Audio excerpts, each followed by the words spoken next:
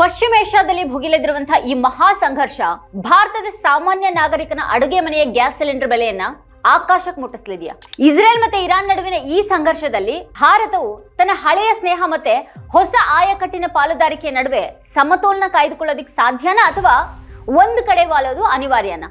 ಜಗತ್ತಿನಾದ್ಯಂತ ಹಡಗುಗಳ ಸಂಚಾರಕ್ಕೆ ಅಡೆತಡೆ ಉಂಟಾಗ್ತಾ ಇರುವಾಗ ಹಾರ್ಮುಜ್ ಜಲಸಂಧಿಯಲ್ಲಿ ಭಾರತದ ಹಡಗುಗಳು ಸುರಕ್ಷಿತವಾಗಿ ಸಾಗ್ತಾ ಇರೋದು ನಿಜಕ್ಕೂ ಈ ದೇಶದ ಚಾಣಾಕ್ಷ ರಾಜತಾಂತ್ರಿಕ ಗೆಲುವ? ಯುದ್ಧ ಪೀಡಿತ ರಾಷ್ಟ್ರಗಳಲ್ಲಿ ನೆಲೆಸಿರುವಂತಹ 90 ಲಕ್ಷಕ್ಕೂ ಹೆಚ್ಚು ಅನಿವಾಸಿ ಭಾರತೀಯರ ಜೀವ ಮತ್ತೆ ಜೀವನೋಪಾಯದ ರಕ್ಷಣೆಗಾಗಿ ಕೇಂದ್ರ ಸರ್ಕಾರದ ಮುಂದಿರುವಂತಹ ನಿಜವಾದ ಪ್ಲಾನ್ ಬಿ ಏನು? ಪಶ್ಚಿಮ ಏಷ್ಯಾದಲ್ಲಿ ಅಮೆರಿಕ ಮತ್ತೆ ಇಸ್ರೇಲ್ ನಡೆಸಿದಂತಹ ದಾಳಿಗಳ ನಂತರ ಇಡೀ ಜಗತ್ತು ಮತ್ತೊಂದು ಮಹಾಯುದ್ಧದ ಭೀತಿಯಲ್ಲಿದೆ. ಈ ಸಂಘರ್ಷ ಕೇವಲ ಇರಾನ್ ಅಥವಾ ಇಸ್ರೇಲ್ಗೆ ಸೀಮಿತ ಆಗಿಲ್ಲ. ಇದು ಜಾಗತಿಕ ಇಂಧನ ಪೂರೈಕೆಯ ನಾಡಿ ಅಂತಿರುವಂತಹ ಹಾರ್ಮುಜ್ ಜಲಸಂಧಿಯ ಮೇಲೆ ನೇರ ಪರಿಣಾಮ ಬೀರಿದೆ. ಭಾರತವು ತನ್ನ ತೈಲದ ಅವಶ್ಯಕತೆಯ ಬಹುಪಾಲನ್ನ ಈ ಪ್ರದೇಶದಿಂದನೇ ಆಮದು ಮಾಡಿಕೊಳ್ಳೋದ್ರಿಂದ ಇಲ್ಲಿನ ಅಸ್ಥಿರತೆಯು ದೇಶದ ಆರ್ಥಿಕತೆಯ ಮೇಲೆ ಸುನಾಮಿಯಂತೆ ಅಪ್ಪಳಿಸುವಂತಹ ಸಾಧ್ಯತೆ ಇದೆ. ಭಾರತ ಈ ಬಿಕ್ಕಟ್ಟನ್ನ ಹೇಗೆ ನಿಭಾಯಿಸಲಿದೆ? ತನ್ನ ಹಳೆಯ ಮಿತ್ರ ರಾಷ್ಟ್ರವಾದ ಇರಾನ್ ಮತ್ತೆ ಹೊಸ ಪಾಲುದಾರನಾದಂತಹ ಇಸ್ರೇಲ್ ನಡುವೆ ಸಮತೋಲನ ಕಾಯ್ದುಕೊಳ್ಳೋದಿಕ್ಕೆ ಸಾಧ್ಯನಾ ಅನ್ನುವಂಥ ಪ್ರಶ್ನೆಗಳು ಈಗೆದ್ದಿವೆ. ಲಕ್ಷಾಂತರ ಅನಿವಾಸಿ ಭಾರತೀಯರು ಈ ಯುದ್ಧ ಪೀಡಿತ ಪ್ರದೇಶಗಳಲ್ಲಿ ವಾಸಿಸ್ತಾ ಇದ್ದು ಅವರ ಜೀವ ಮತ್ತೆ ಜೀವನೋಪಾಯದ ರಕ್ಷಣೆ ಕೇಂದ್ರ ಸರ್ಕಾರದ ಮುಂದಿರುವಂತಹ ಬೃಹತ್ ಸವಾಲಾಗಿದೆ. ಈ ಸಂಕಷ್ಟದ ಸಮಯದಲ್ಲಿ ಭಾರತ ಕೇವಲ ವೀಕ್ಷಕನಾಗಿ ಉಳಿಯದೇನೆ ಜಾಗತಿಕ ಶಾಂತಿ ಸ್ಥಾಪಕನಾಗಿ ಹೊರಹೊಮ್ಮಬೇಕಾದಂತಹ ಅನಿವಾರ್ಯತೆ ಎದುರಾಗಿದೆ. ಈಗ ಅಭಾವ ಹಾಗೆ ತೀವ್ರ ಬೆಲೆ ಏರಿಕೆಯ ಭೀತಿಯಲ್ಲಿರುವಂತಹ ಸಾಮಾನ್ಯ ಭಾರತೀಯನಿಗೆ ಸರ್ಕಾರದ ಮುಂದಿನ ಹೆಜ್ಜೆಗಳು ಅತ್ಯಂತ ನಿರ್ಣಾಯಕ ಆಗಿವೆ. ಈ ಗಂಭೀರ ಜಾಗತಿಕ ಪರಿಸ್ಥಿತಿಯನ್ನ ಚರ್ಚೆ ಮಾಡೋದಿಕ್ಕೆ ರಕ್ಷಣಾ ಸಚಿವ ರಾಜನಾಥ್ ಸಿಂಗ್ ಅವರ ಅಧ್ಯಕ್ಷತೆಯಲ್ಲಿ ಬುಧವಾರ ಸಂಸತ್ತಿನಲ್ಲಿ ನಡೆದಂತಹ ಸರ್ವಪಕ್ಷ ಸಭೆಯು ಭಾರತದ ಭವಿಷ್ಯದ ಕಾರ್ಯತಂತ್ರದ ದೃಷ್ಟಿಯಿಂದಾಗಿ ಬಹಳ ಮಹತ್ವದ್ದಾಗಿದೆ. ಈ ಸಭೆಯಲ್ಲಿ ವಿದೇಶಾಂಗ ಸಚಿವ ಎಸ್ ಜೈಶಂಕರ್ ಮತ್ತೆ ಪೆಟ್ರೋಲಿಯಂ ಸಚಿವ ಹರ್ದೀಪ್ ಸಿಂಗ್ ಪುರಿ ಅವರು ದೇಶದ ಸಿದ್ಧತೆಗಳ ಬಗ್ಗೆ ವಿವರವಾದ ಮಾಹಿತಿಯನ್ನು ಹಂಚಿಕೊಂಡ್ರು. ಇಲ್ಲಿ ವಿಶೇಷವಾಗಿ ಹಾರ್ಮುಜ್ ಜಲಸಂಧಿಯ ಮೂಲಕ ಭಾರತದ ಹಡಗುಗಳು ಯಾವುದೇ ಅಡೆತಡೆ ಇಲ್ಲದೇನೆ ಸಂಚರಿಸ್ತಾ ಇರೋದು ದೇಶದ ರಾಜತಾಂತ್ರಿಕ ಗೆಲುವು ಅಂತ ಸರ್ಕಾರ ಪ್ರತಿಪಾದಿಸಿದೆ. ಅಲ್ಲದೆ ಯುದ್ಧದ ನಡುವೆಯೂ ಕೂಡ ದೇಶೀಯ ಅನಿಲ ಉತ್ಪಾದನೆಯನ್ನು 60% ಹೆಚ್ಚಿಸುವ ಮೂಲಕ ಇಂಧನ ಕೊರತೆ ಆಗದೇ ಇರೋ ಹಾಗೆ ಮುನ್ನೆಚ್ಚರಿಕೆಯನ್ನು ವಹಿಸಲಾಗಿದೆ ಅನ್ನುವಂತಹ ಒಂದು ಆಶಾದಾಯಕ ವಿಷಯವನ್ನ ಸಭೆಯಲ್ಲಿ ಪ್ರಸ್ತಾಪ ಮಾಡಲಾಯಿತು. ವಿದೇಶಾಂಗ ಕಾರ್ಯದರ್ಶಿ ವಿಕ್ರಮ್ ಮಿಸ್ರಿ ಅವರು ಅನಿವಾಸಿ ಭಾರತೀಯರ ಸುರಕ್ಷತೆಗಾಗಿ ಕೈಗೊಂಡಿರುವಂತಹ ಕ್ರಮಗಳ ಬಗ್ಗೆ ಸವಿಸ್ತರವಾದಂತಹ ಪ್ರೆಸೆಂಟೇಷನ್ ಅನ್ನ ನೀಡಿದ್ರು. ಸರ್ಕಾರವು ತಡವಾಗಿ ಆದ್ರೂ ಪ್ರತಿಪಕ್ಷಗಳನ್ನ ವಿಶ್ವಾಸಕ್ಕೆ ತೆಗೆದುಕೊಳ್ಳುವಂತಹ ಒಂದು ಪ್ರಯತ್ನ ಮಾಡಿದೆ. ದೇಶದ ಆರ್ಥಿಕ ಭದ್ರತೆ ಮತ್ತೆ ಅಂತಾರಾಷ್ಟ್ರೀಯ ಸಂಬಂಧಗಳ ಮೇಲೆ ಈ ಯುದ್ಧ ಬೀರಬಹುದಾದಂತಹ ದೀರ್ಘಕಾಲೀನ ಪರಿಣಾಮಗಳ ಬಗ್ಗೆ ಸಭೆಯಲ್ಲಿ ಗಂಭೀರವಾದ ಮಂಥನ ನಡೆಯಿತು. ಭಾರತದ ಇಂಧನ ಅತ್ಯಗತ್ಯಗಳ ಮೇಲೆ ಪಶ್ಚಿಮ ಏಷ್ಯಾ ಬಿಕ್ಕಟ್ಟು ಬೀರಬಹುದಾದಂತಹ ಪರಿಣಾಮಗಳನ್ನ ಎದುರಿಸೋದಿಕ್ಕೆ ಸರ್ಕಾರವು ಯುದ್ಧೋಪಾದಿಯಲ್ಲಿ ಸಿದ್ಧತೆಯನ್ನ ನಡೆಸ್ತಾ ಇದೆ. ಈಗ ಜಗತ್ತಿನ ಒಟ್ಟು ತೈಲ ಪೂರೈಕೆಯ 20%ಕ್ಕಿಂತ ಹೆಚ್ಚು ಭಾಗವು ಹಾದು ಹೋಗುವಂತಹ ಹಾರ್ಮುಜ್ ಜಲಸಂಧಿ ಈಗ ಸಂಘರ್ಷದ ಕೇಂದ್ರ ಬಿಂದುವಾಗಿದೆ.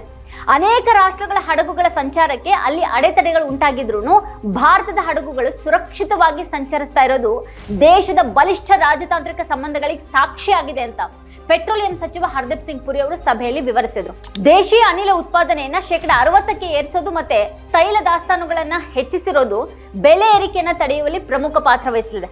ಹಾರ್ಮುಜ್ ಜಲಸಂಧಿಯಲ್ಲಿನ ಯಾವುದೇ ಬಿಕ್ಕಟ್ಟು ಭಾರತದ ಅಡುಗೆ ಮನೆಯಿಂದ ಹಿಡಿದು ಕೈಗಾರಿಕೆಗಳವರೆಗೆ ನೇರ ಪರಿಣಾಮ ಬೀರೋದ್ರಿಂದ ಈ ಮಾರ್ಗವನ್ನ ಮುಕ್ತವಾಗಿಡೋದು ಭಾರತದ ಪಾಲಿಗೆ ಜೀವನ್ಮರಣದ ಪ್ರಶ್ನೆಯಾಗಿದೆ.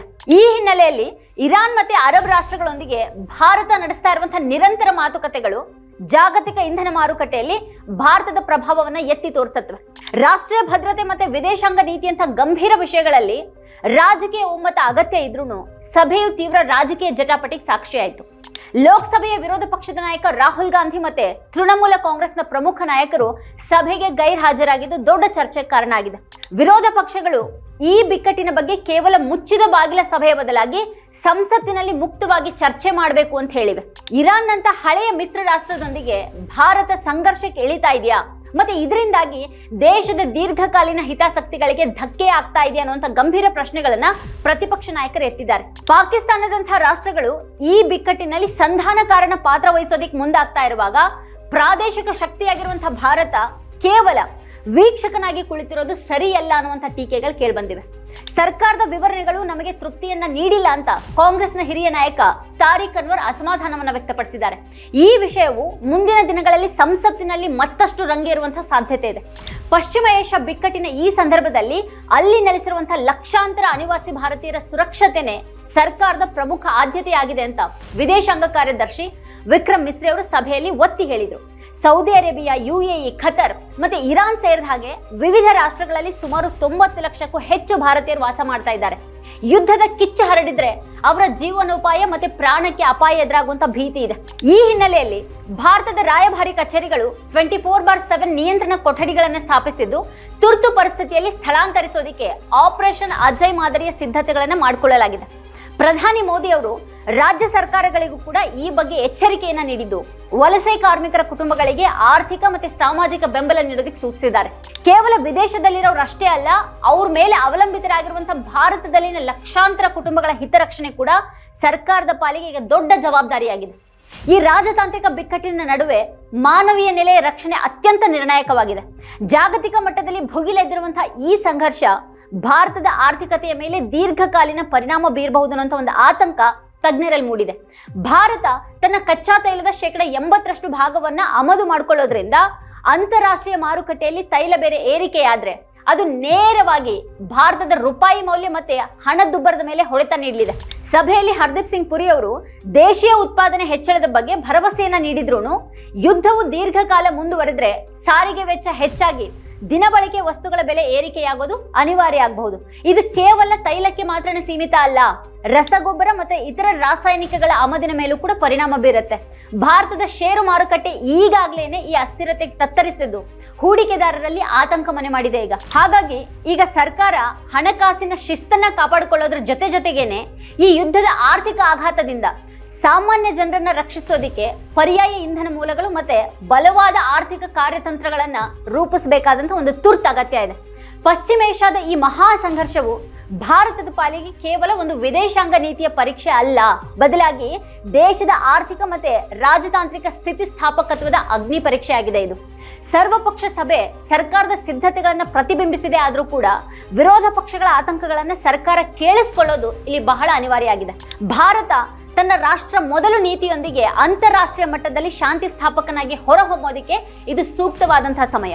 ಹಾರ್ಮುಜ್ ಜಲಸಂಧಿಯ ಭದ್ರತೆ ಮತ್ತೆ ಅನಿವಾಸಿ ಭಾರತೀಯರ ಕ್ಷೇಮದ ವಿಷಯದಲ್ಲಿ ಯಾವುದೇ ರಾಜಿ ಮಾಡಿಕೊಳ್ಳದೆ ಮುಂದಿನ ದಿನಗಳಲ್ಲಿ ಎದುರಾಗಬಹುದಾದಂತಹ ಆರ್ಥಿಕ ಆಘಾತಗಳನ್ನು ಎದುರಿಸೋದಿಕ್ಕೆ ದೇಶ ಸನ್ನದ್ಧಾಗಿರಬೇಕು. ಈ ಯುದ್ಧದ ಭೀಕರತೆ ಕಡಿಮೆಯಾಗಿ ಜಾಗತಿಕ ಸ್ಥಿರತೆ ಮರಳಲಿ ಅನ್ನೋದು ಎಲ್ಲರ ಆಶಯ ಆದ್ರೂ ಭಾರತ ತನ್ನ ಸ್ವಾವಲಂಬನೆ ಮತ್ತೆ ರಾಜತಾಂತ್ರಿಕ ಚತುರತೆಯ ಮೂಲಕ ಈ ಬಿಕ್ಕಟ್ಟಿನಿಂದ ಸುರಕ್ಷಿತವಾಗಿ ಹೊರಬರಬೇಕಾಗಿದೆ. ರಾಜಕೀಯ ಮೇಲಾಟಗಳಿಗಿಂತನೂ ದೇಶದ ಭದ್ರತೆ ಮತ್ತೆ ಪ್ರಜೆಗಳ ಹಿತರಕ್ಷಣೆನೇ ಅಂತಿಮ ಗುರಿಯಾಗಲಿ. ವೀಕ್ಷಕರ ಕುರಿತು ನಿಮ್ಗೆ ಏನ್ ಅನ್ಸುತ್ತೆ, ಏನು ಅಭಿಪ್ರಾಯ ಇದೆ ಅದನ್ನ ವಿಡಿಯೋ ಕೆಳಗಡೆ ಕಮೆಂಟ್ ಮಾಡಿ ನಮಗೆ ತಿಳಿಸಿ. ಇದೇ ಹೊತ್ತಿನ ಸ್ಪೆಷಲ್ ನೋಡ್ತಾ ಇರಿ ವಾರ್ತಾಭಾರತಿ.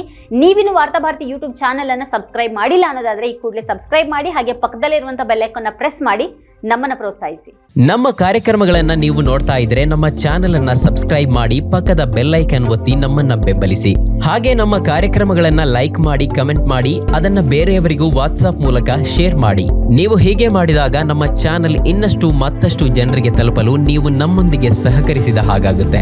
ಇದು ನೀವು ಯಾವುದೇ ಖರ್ಚಿಲ್ಲದೆ ಕೆಲವೇ ಸೆಕೆಂಡುಗಳಲ್ಲಿ ನೀಡಬಹುದಾದ ಸಹಕಾರ. ಧನ್ಯವಾದಗಳು.